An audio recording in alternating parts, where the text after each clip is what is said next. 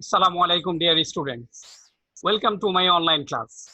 আমি তোমাদের সাথে আছি Mohammad Abdul Salam, lecturer, department of management, Pallabi মহিলা ডিগ্রি কলেজ। আমি তোমাদের সাথে আলোচনা করছিলাম অনার্স প্রথম বর্ষের ইন্ট্রোডাকশন টু বিজনেস কোর্সের ট্রেড প্র্যাকটিসেস ইন বাংলাদেশ, অর্থাৎ বাংলাদেশের ব্যবসায়ের রীতি নিয়ে। এখানে মেইনলি ইন্টারন্যাশনাল বিজনেস সম্পর্কে বলা হয়েছে। গত ক্লাসগুলোতে আমরা খুব গুরুত্বপূর্ণ কিছু আলোচনা করেছিলাম, যার মধ্যে ছিল বৈদেশিক বাণিজ্য কি, বাণিজ্য নীতি, বাংলাদেশের বাণিজ্য নীতি, বৈদেশিক বাণিজ্যের কারণসমূহ, বৈদেশিক বাণিজ্যের উপাদান এবং বাংলাদেশে বৈদেশিক বাণিজ্যের গতি প্রকৃতি ও ভবিষ্যৎ সম্ভাবনা। আমরা কিছু পড়াও দিয়েছিলাম ক্লাসে, বৈদেশিক বাণিজ্যের সুবিধা অসুবিধাগুলো এবং হচ্ছে ডোমেস্টিক ট্রেড ইন্টারন্যাশনাল ট্রেডের মধ্যে ডিফারেন্স। আশা করি তোমরা কিছু পড়াশোনা করেছো। তো যদি তোমাদের কোনো কোশ্চেন থাকে সেক্ষেত্রে তোমরা কমেন্ট বারে কোশ্চেন করতে পারো, আমি উত্তর দিয়ে দিব। তো আজকেও আমরা খুব এক্সাইটিং একটা ক্লাস করব এবং ইন্টারন্যাশনাল বাণিজ্য আসলে খুব মজার এবং খুব এক্সাইটিং। তো চলো আমরা আজকের ক্লাস শুরু করি। Let's have a look on the slide. আমরা স্লাইডে চলে যাই।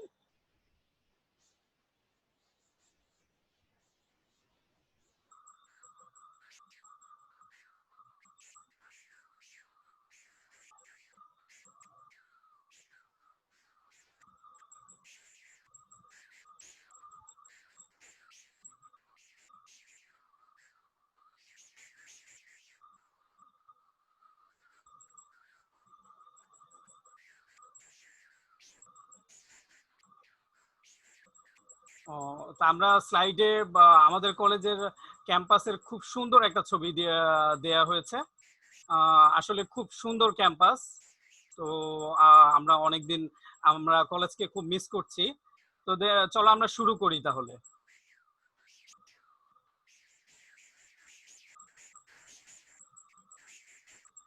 দেন আজকে আমরা যে টপিকগুলো পড়বো, ইন্টারন্যাশনাল বিজনেসের ক্লাসিফিকেশন, শ্রেণী বিভাগ। এই টপিকগুলো আমরা করে ফেলেছিলাম।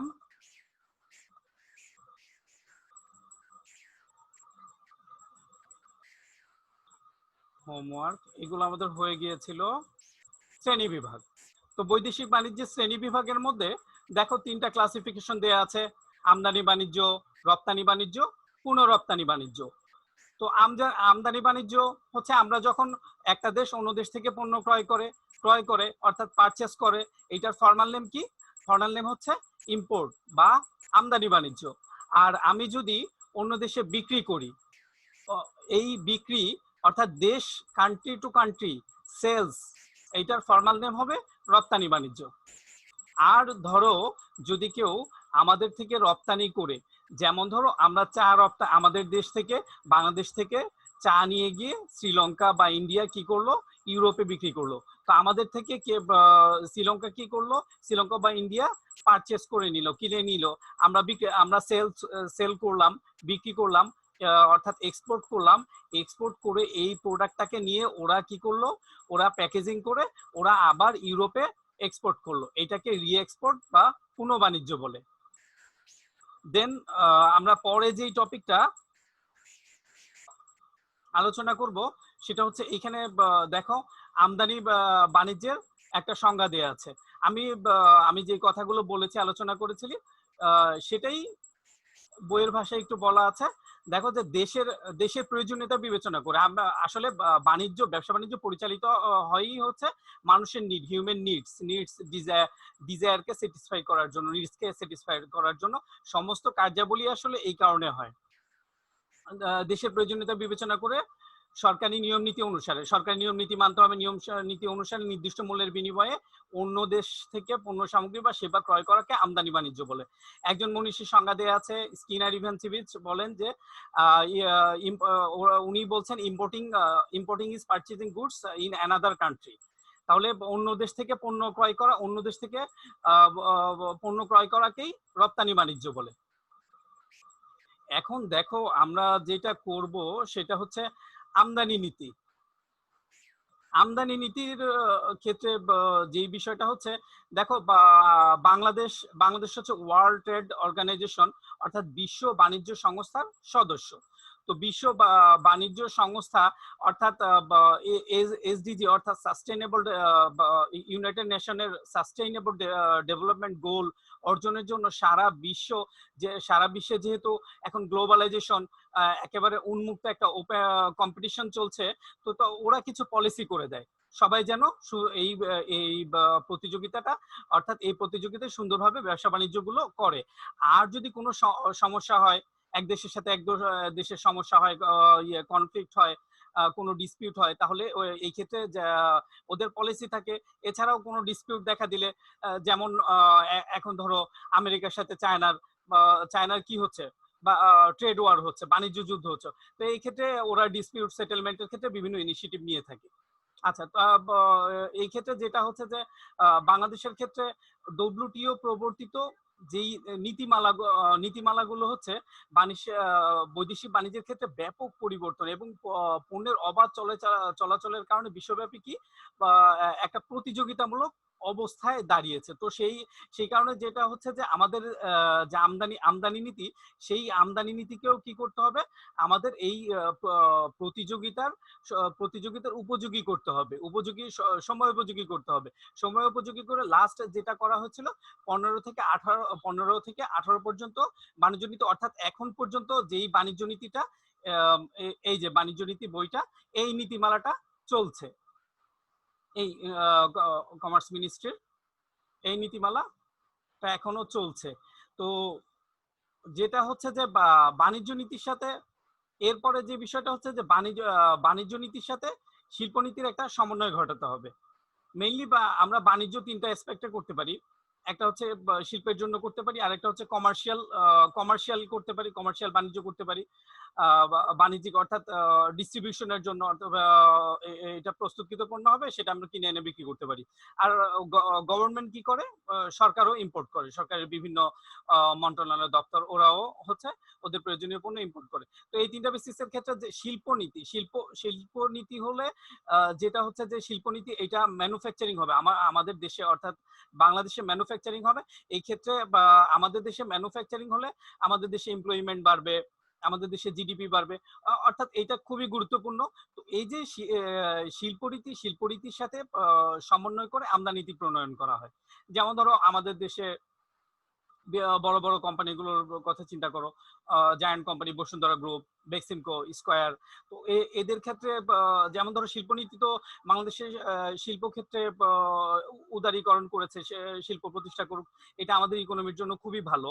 তো শিল্পনীতির ক্ষেত্রে আমরা একটা পার্টিকুলার ম্যাটেরিয়াল দেখি, সে ধরো আমরা যদি কোনো একটা কেমিক্যাল, সে ধরো মিথানল নিয়ে আসতে চাই, বা যে ফার্মাসিউটিক্যালের জন্য কোনো একটা ইনগ্রেডিয়েন্ট নিয়ে আসতে চাই, সেটা হতে পারে মিথানল হতে পারে।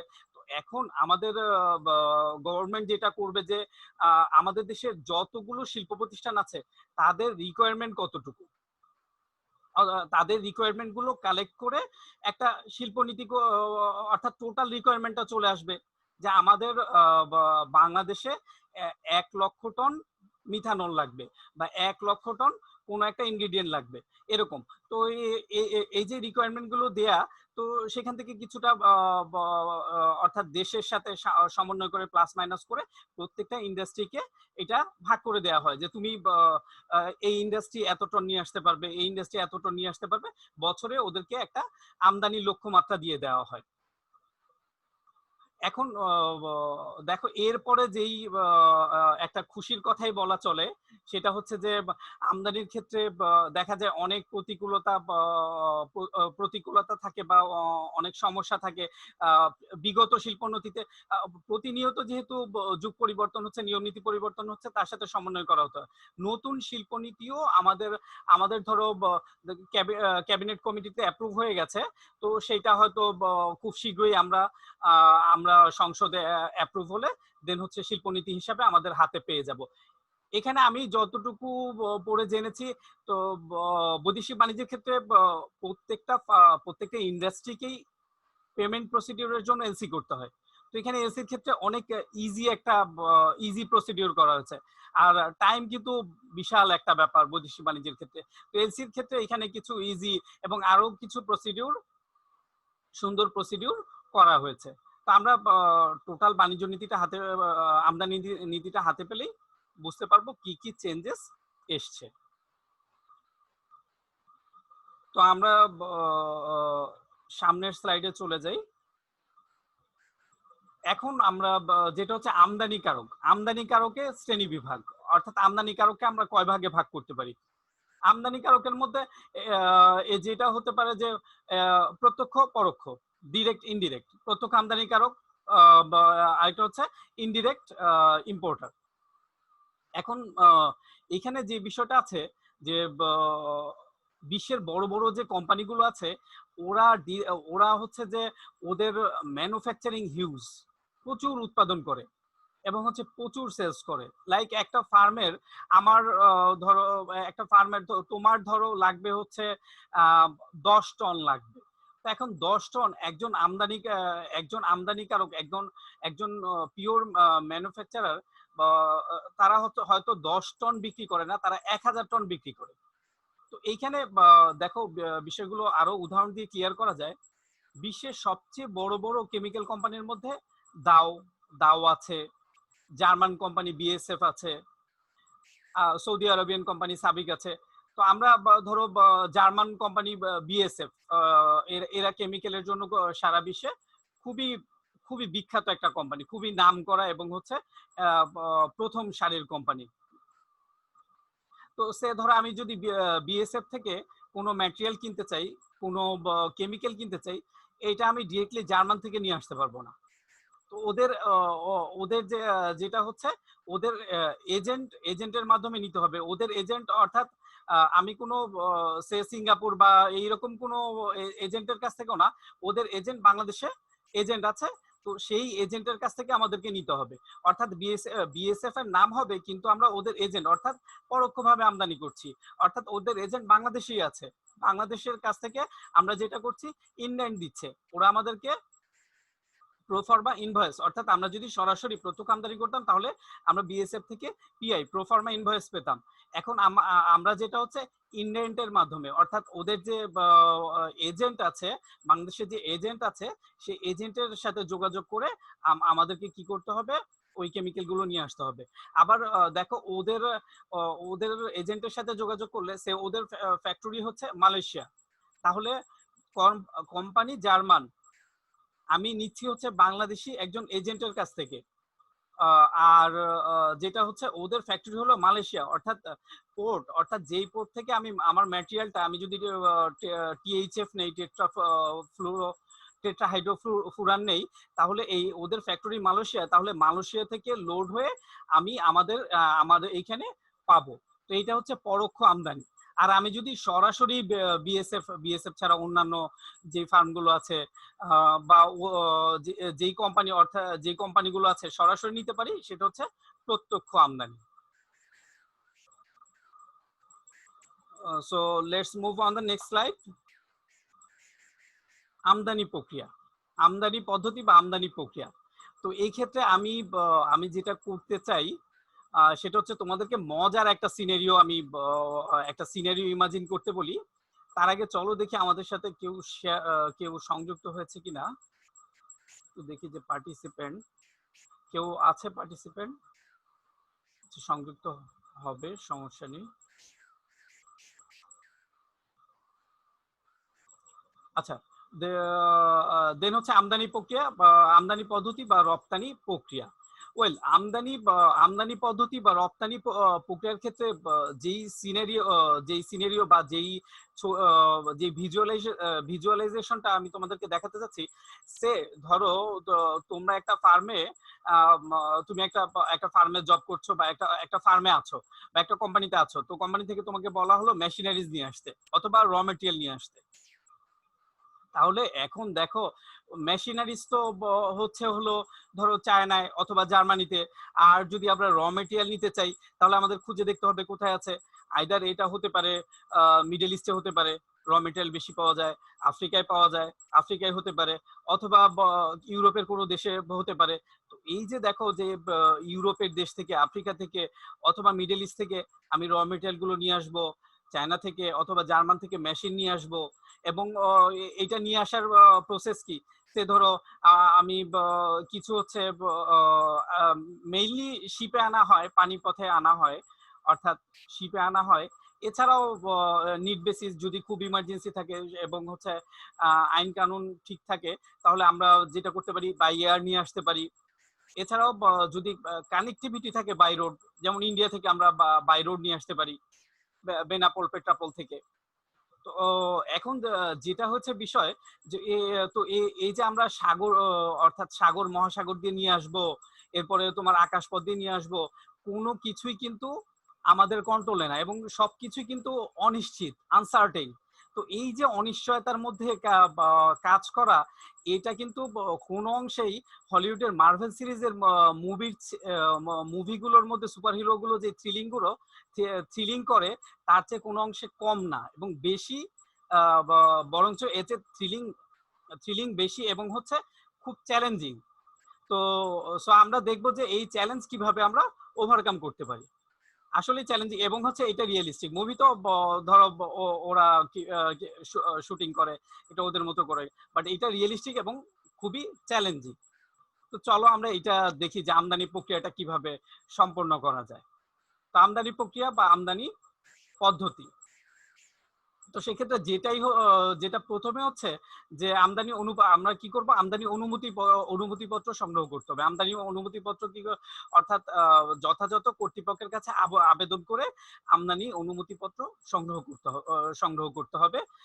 যথাযথ কর্তৃপক্ষ এবং তাদের দেয়া নির্দেশিত যেই ফর্মালিটিস গুলো আছে, যে রিকোয়ারমেন্ট গুলো আছে, যে ফর্ম গুলো আছে, আমাদের পূরণ করে সমস্ত কিছুই দিতে হবে। বাংলাদেশের ক্ষেত্রে যেটা হয়, বাণিজ্য মন্ত্রণালয়ের অধীনে সিসিআই অর্থাৎ office of the chief controller of imports and exports, ওনাদের অফিস থেকে আমাকে কি করতে হবে, আমদানি অনুমতিপত্র ফর্ম সংগ্রহ করতে হবে এবং রিকোয়ার্ড যে ফর্মালিটিস আছে সেগুলো ফর্মালিটিস ফিল আপ করে আইআরসি অর্থাৎ ইম্পোর্ট রেজিস্ট্রেশন সার্টিফিকেট নিতে হবে।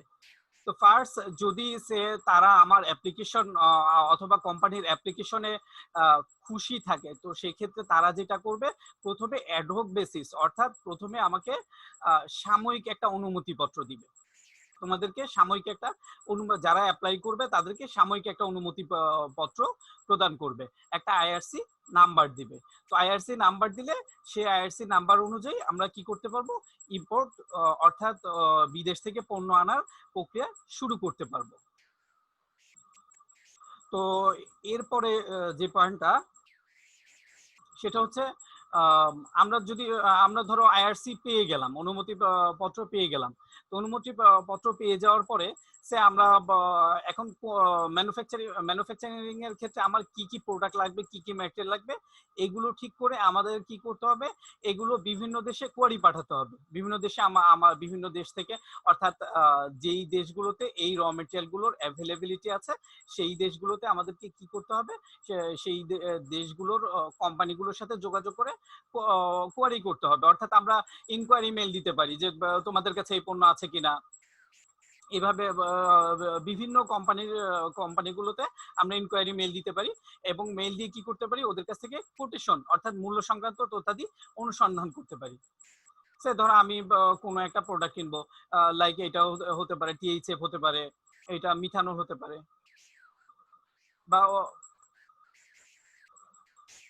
সরি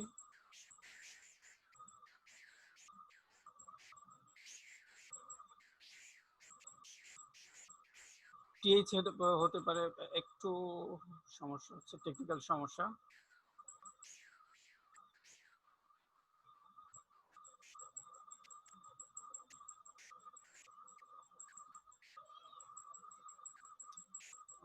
চলে গেছে, সেটা আমরা স্লাইডটা ঠিক করি। Sorry for the inconvenience.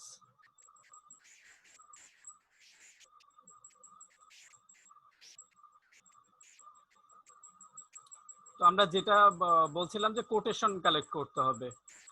তো আমরা কোটেশন, মূল্য সংক্রান্ত যেই কোটেশন গুলো আছে সেটা আমরা তথ্যাদি অনুসন্ধান করব।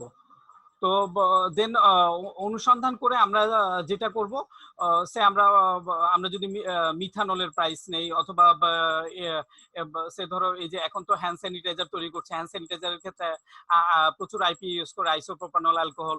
তো আইসোপ্রোপানল অ্যালকোহলের আমরা বিভিন্ন দেশ থেকে প্রাইস নিলাম, মিডল ইস্ট থেকে প্রাইস নিলাম, আফ্রিকা থেকে প্রাইস নিলাম। তো মেইনলি মিডল ইস্টের দেশগুলো থেকে বিভিন্ন কোম্পানি আছে, ওদের থেকেই পাওয়া যায়। একটা হচ্ছে আমাদের আমরা আগে যাদের কাছ থেকে ইম্পোর্ট করেছি তাদের কাছ থেকে তো প্রাইস নেওয়া ইজি। আর যদি এটা যদি নতুন হয়, নতুন ইম্পোর্টার হয়, নতুন কোম্পানি হয়, সেক্ষেত্রে আমাদের একটা বিষয় থাকে হচ্ছে যে প্রাইস তো নিব, প্রাইস নেওয়ার আগে, অর্ডার করার আগে একটু স্যাম্পলটা টেস্ট করে নিতে হয়। আচ্ছা, প্রাইস নেওয়ার ক্ষেত্রে, নেওয়ার পরে আমরা যেটা করব, আইপি এর প্রাইস নেওয়ার ক্ষেত্রে আমরা সিএস করব, কম্পারেটিভ স্টেটমেন্ট। অর্থাৎ সে আমরা যদি দেখি এ বি সি ডি চারটা কোম্পানি থেকে প্রাইস নিলাম, এ বি সি ডি চারটা কোম্পানি থেকে প্রাইস নেওয়া হলে চারটা কোম্পানির প্রাইসকে আমরা সাজাবো, সাজিয়ে দেখবো যে কোনটার কম কোনটা বেশি। তো এখন আমরা এখানে দুইটা বিষয় আছে, যদি আমরা কম প্রাইসে নিতে পারি এক, আর দুই হচ্ছে কোয়ালিটি এবং কম প্রাইস, এই দুইটা। এবং আমরা একটা বিষয়, শুধু কম প্রাইস পণ্য নিয়ে আসলাম, সেই ম্যাটেরিয়াল দিয়ে আমার যখন আমি ফ্যাক্টরিতে নিয়ে আসলাম, আমি দেখা গেলো যে আমার পণ্য নষ্ট হয়ে গেছে, আমি বানাতে পারলাম না কিছু, তাহলে তো সমস্যা। তো সেক্ষেত্রে যেটা করতে হবে, শুধু কম প্রাইস দেখলে হবে না, কোয়ালিটিও দেখতে হবে। এটা আমি এই ক্ষেত্রে যেটা হচ্ছে, একেবারে যদি নতুন হয়, যদি টেস্টেড হয়, কোয়ালিটি টেস্টেড, এখানে একটা বিষয় থাকে যে একেবারে ফাইনাল অর্ডারের আগে আমাদের যেটা হচ্ছে স্যাম্পল নিয়ে এসে, এটা আগে আমরা যে ম্যাটেরিয়ালটা করতেছি সেটাকে আগে টেস্ট করতে হবে। টেস্ট করে যদি স্যাম্পল ওকে থাকে, দেন আমরা হচ্ছে ফাইনাল অর্ডার করতে পারি। তো সিএস অনুযায়ী আমাদের যেটা দেখলাম যে খুব কম দাম, সেটা স্যাম্পল ওকে নাও হতে পারে। তো যেটার অর্থাৎ মাঝামাঝি দাম, আমরা দামটাও চিন্তা করব, কোয়ালিটিটাও চিন্তা করব। তো দাম কোয়ালিটি বিবেচনা করে যখন আমাদের দাম কোয়ালিটি সবকিছু ঠিক থাকবে, আমরা ম্যাটেরিয়াল তৈরি করতে পারবো, তখন আমরা কি করতে পারি, অর্ডার করতে পারি। এইটা, এই অর্ডার করাটা থার্ড পয়েন্ট বলছে যে একটা পদ্ধতি ফরমায়েশ প্রদান করা। তো আমরা যখন অর্ডার কনফার্ম করে দেই, তখন ওরা আমাদেরকে যেটা করে সেটা হচ্ছে একটা অর্থাৎ এই পণ্য এত টন, আমার যতটুকু রিকোয়ারমেন্ট লাগবে ততটুকু ওকে আমরা কি করতে বলি, ওকে উৎপাদন করতে বলি। অর্থাৎ ও যেন ওইটা উৎপাদন করে রেডি করে রাখে এবং হচ্ছে ওইটার আমরা একটা পিআই দিতে বলি। প্রোফার্মা পিআই মানে হচ্ছে প্রোফার্মা ইনভয়েস। তো প্রোফার্মা ইনভয়েস দিলে, তো তোমাদেরকে আমি একটু অর্থাৎ প্র্যাকটিক্যালি বিষয়গুলো দেখিয়ে দিই। চলো আমরা দেখি যে প্রোফার্মা ইনভয়েসটা কেমন হয়। ফরমাশ প্রদান করলে ও যে আমাদেরকে, অর্থাৎ এক্সপোর্টার, আমাদের যারা সাপ্লায়ার আছে, ওরা আমাদেরকে প্রোফার্মা ইনভয়েস দিবে। তো আমি একটা প্রোফার্মা ইনভয়েসের স্যাম্পল তোমাদেরকে দেখাই।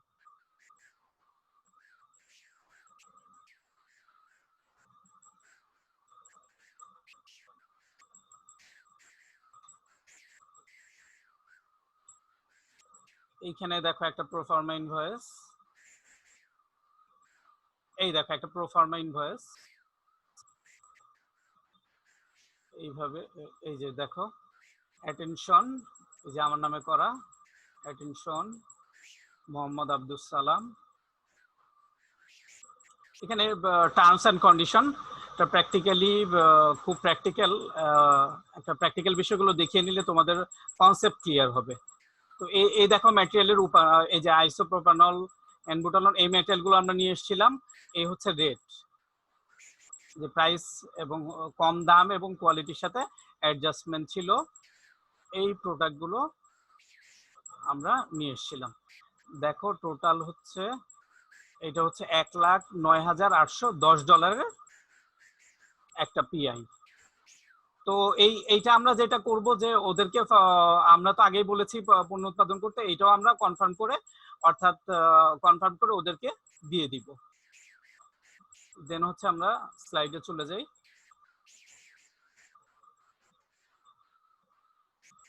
স্লাইড হচ্ছে, এরপরে হচ্ছে বৈদেশিক মুদ্রা সংগ্রহ।